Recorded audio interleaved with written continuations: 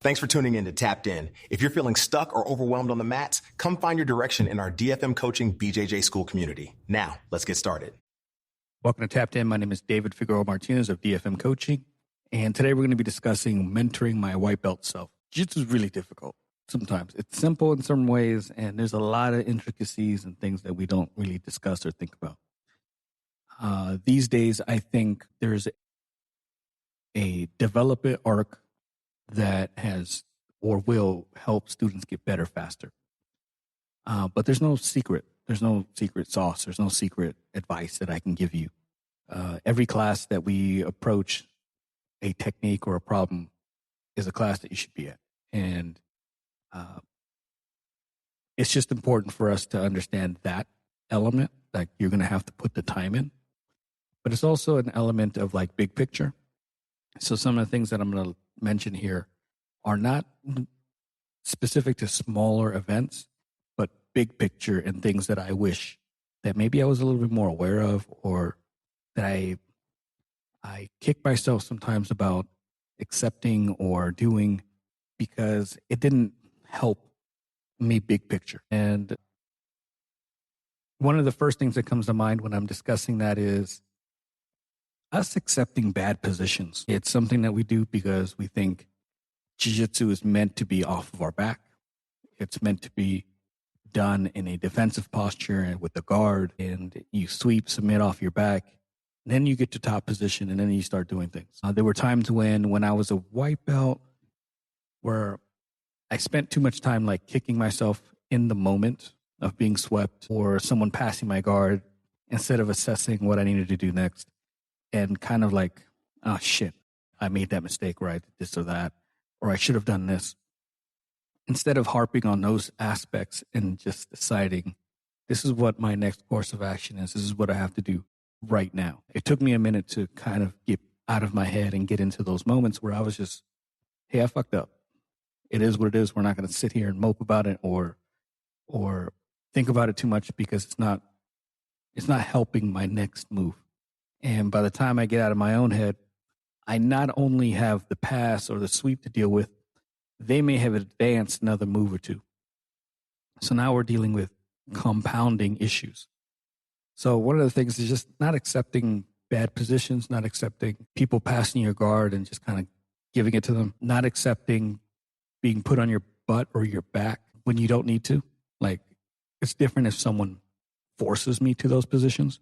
It's different if maybe I'm rolling against someone who I'm more advanced than, and I'm letting them play, and I'm in a position where I'm understanding that I'm being more defensive and coy and allowing the other person to have successes. It's a completely different game. But if all things are equal and I'm going against someone at my level or higher, I can't go to my back. I can't allow them to just put me on my butt and just allow them to and give them the top position. I have to fight all of these positions or that round is lost and that round goes really, really bad. So I have to understand that. And it's one of the things that I wish I understood earlier. We look at Jiu-Jitsu as this thing that it works off the back. Yes, it does. Works really well off the back. Works better than any other martial art off the back. You know what I mean? Jiu-Jitsu versus / judo. But it doesn't mean we're supposed to be there. We're not supposed to be there. We're supposed to use that in the event that we get placed there. That's when you use the guard. That's when you use anything off of your back. You're supposed to want to be on top, stay on top, and demolish and wreck people from top. Top position is the position that you're supposed to be going to. But sometimes we get lost in the translation and lost in the art, and we accept things that we don't need to accept. We have these gentlemen's agreements that don't need to be there, that make our growth more difficult. And that's part of our own fault. So there's times when I'm standing across from someone and will slap hands and they give me top position, and it's a blue belt who doesn't have the greatest guard. And I have to tell them, don't start in your butt. And they'll look at me weird. I'm like, why? And I have to explain it after class. Like, you start in your butt, you're giving me the advantage. You're giving me a tactical advantage. I get to move around. I get to apply the pressure, the weight, the angles. I get to determine how this is going to be fought. You do not. You're responding to everything that I do at that stage. So stop accepting things that have not been earned. Fight for every position. Fight for every, when someone's starting to sweep you, get back up immediately. When someone's starting to sweep you and you are determined that you cannot get back up, start forming a guard immediately. Like, do not give an inch simply because it's the thing we're supposed to do because we do jiu-jitsu. Now, the other thing that really comes to mind right off the bat is drilling. I don't see much of that anymore. I understand why, but I also understand there's something missing in it. This is going to be a side story. I was listening to a podcast with Cody Rhodes, who's a WWE superstar. I'm going to cut this short. He discussed how this generation of wrestlers do not have the amount of house shows that they used to have. House shows is stuff that is not televised and it travels from community or city to city. And that's where they get a lot of their reps in. That's where they understand how to move a crowd a certain way, how to time the way a match is supposed to be done, and the way you're supposed to maybe let a match breathe versus push the action and whatnot. And that's where you learn that art. And he says that there's a moment that we're missing because we're not doing that anymore within his business. And he says that that's why a lot of people, in his opinion, don't quite understand the television product and don't flourish necessarily in that because they haven't been able to make the mistakes at the house shows because they don't have the house shows to actually do that with. Sometimes I think that about drilling. There was a point in time where they did house shows way too much and their wrestlers were burned out. When I was coming up, we did drilling way too fucking much. I remember getting an assignment. You're going to drill this for 200 times. This X guard entry and this sweep and this transition. And every time we completed it, he would give us another assignment and then we would have to drill that another 200 times or whatever the number was. And there's something to drilling techniques, static or semi-static. There really is something to that. I think that if you're brand new to an art or brand new to a technique or your body mechanics aren't quite there, drilling is helpful. It allows you to remember or memorize the potential steps in a sequence. There's benefit in that. But there's too much of it when I was coming up. I don't think that I want to drill or I would ever assess or tell someone to drill a technique 200 times. When I was coming up, there was a lot of like the drillers make killers. And that was the thing. It's not useless. And there's a benefit to it so that you learn the material. It's like rehearsing lines. But eventually you're going to have to do it in front of a stage with a fighting opponent. And that's where doing it 200 times is a waste of time to me. But I do see the benefit in doing it for someone who is new to, again, body mechanics, the art, the technique itself. I don't want to add a game or a technique that I haven't drilled at all. Now at this stage, I've drilled a bunch of different techniques. Sometimes I could draw on experiences of other things that I've drilled or other things that I've gotten really good at where I don't need to drill at all. But if you're a brand new student, white belt, some drilling is good. Drilling 300, 200 times of what we were doing is a waste of time. At the time, we didn't know that. Now that I'm looking at the scope and how we approach teaching and the setups for how we understand certain mechanics and approaches to jiu-jitsu, I think that ecological games fill in the other half of that. Like if I want a student to understand this is how we do collar choke, I want them to understand the very basic mechanics without any resistance. I want them to be able to drill it, understand it, get the little muscle memory into it, and then I want to play games. I want them to understand with the context of trying to defend that while someone's actually pushing off or back or changing the dynamics or the angle or pulling away. And they need to understand all of that. So that's where, in my opinion, less drilling than we did was a huge benefit. Drilling has its benefits, but the games and the situational sparring have a huge aspect to the growth mechanics and the understanding of a technique.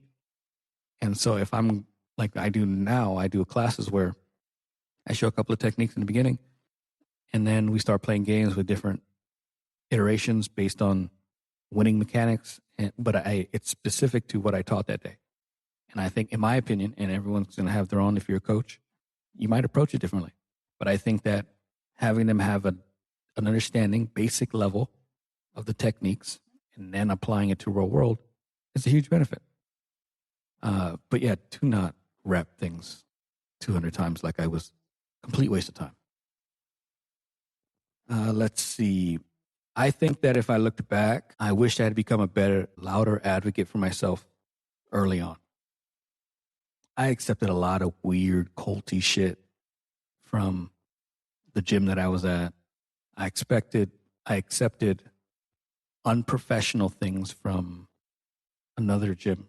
And I have certain things in mind where I was like, this shouldn't have never happened. This shouldn't have, I shouldn't have been put in this position here. I should not have had to have conversations that I didn't want to have. And then in the culty gym, there was a lot of weird fuck shit. It was weird, like, don't cross train. There were dating things that were going on that should have never gone on. There was too much talk of loyalty and too much talk of, like, make sure you're doing what I need you to do. You didn't question. Questioning things got you in some hot water. I should have paid attention to why people were leaving sooner, and obviously not had accepted the narrative provided from the gym.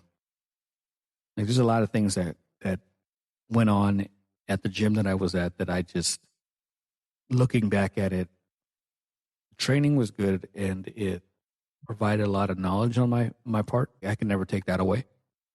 But there was a lot of culty, weird shit that just should have never happened. You accept it because you don't quite know any better, but part of you does and part of you doesn't. And you're worried that if you leave, you won't have the connection to the people that you have grown to love and genuinely appreciate being around, because it becomes your third place. So you kind of accept certain things, you reason things out. But really, I wish that I had been more of an advocate for myself and other people sooner. When I pushed, things got more difficult for me. And then when I really pushed, things got almost impossible. It was almost as if you were ignored. And then when I got ignored and then something happened, I was like, okay, I'm out. So it's difficult, and you're never really going to know when the right time is. But if I can look back at my white belt self in the entire journey that I've been on, I would instill in my white belt self, be your advocate as soon as you see some weird shit. Don't wait 3-4 years down the line, accepting what was, and then finally feeling like, okay, I've had my fill, or I've had enough. One thing that I think that we don't talk about enough, just because you're a white belt does not mean that you can't be an advocate or you can't speak up when you see something that's icky or ugly. You are a grown man or woman. A lot of us, I think the average age is probably 30 and 35 for adults. The idea that you have to relegate or throw away years, decades of experience living on Earth because you're a white belt and you have to accept stuff that feels wrong because you're a white belt is so fucking weird to me. And that's the ugly side of this culture. Just because you're a white belt, if you see something that is wrong, you're allowed to speak up, and you should speak up. I understand there's a weird thing of like, is this normal or is it not normal? I get all that. But Like, I was 30 when I joined Jiu-Jitsu.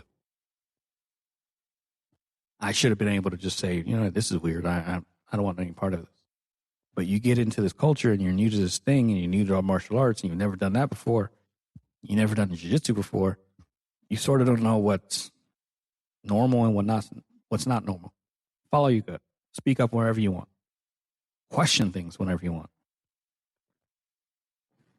I also wish that I would have started taking care of my body a little bit sooner. Not that I've neglected it, but like just PT and stretching more often and making sure I'm taking care of the things that I'm supposed to be taking care of, and maybe diet a little bit better, weight, lift more often.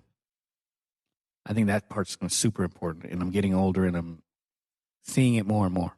When you're younger, even if you're 30, 35, it doesn't quite hit you unless your body's trash anyway, which some of us are, but it doesn't quite hit you. You hit 40 and you start looking at things and you're like, okay, I gotta take care of this a little bit more. Not that I can't do a lot of things that I was already doing, because I do, but I just have to be more conscious. And I don't think I was when I first started. I was just going into it like, I'm going to do whatever. I'm going to train as much as I can and train as hard as I can, because I guess this is the thing we do. Not that I wasn't conscious about my body, because I was conscious about safety. I wasn't great at stretching and doing PT and doing all that other stuff. So like I have a chronic lower back issue. I have stiffness in my neck, and it's not structural. I get like knots in my shoulder blades and some other stuff that I should be taking care of more often. And I'm doing that now, but I think I would be in better shape if I had done that 5-10 years ago. These are what comes to mind for me. And I'm sure there's other things that I'm skipping and other things that are not coming to mind. But these are the big ones. Ask questions often and early. I almost forgot that one. I didn't ask questions a lot. I was shy. I didn't like attention being on me. I didn't feel like I'm asking the right questions. I didn't want to come off as dumb. So I didn't ask questions. Ask every question that comes to your brain about jiu-jitsu. Ask at the right times. There's times when you, like what you're thinking about isn't really what's being taught, not the great time. But if there's people that you can trust and you can vibe off and they can mentor you a little bit, dive into that shit. Ask all the questions. I love when questions come up. I love what the students who genuinely ask questions quite often. It's a big thing, and it will speed up your process quite a bit. If there's anything else that maybe I didn't cover, you had questions on or need feedback on, please let me know. DFM.2099 on Instagram and Threads. Until next time, thank you so much.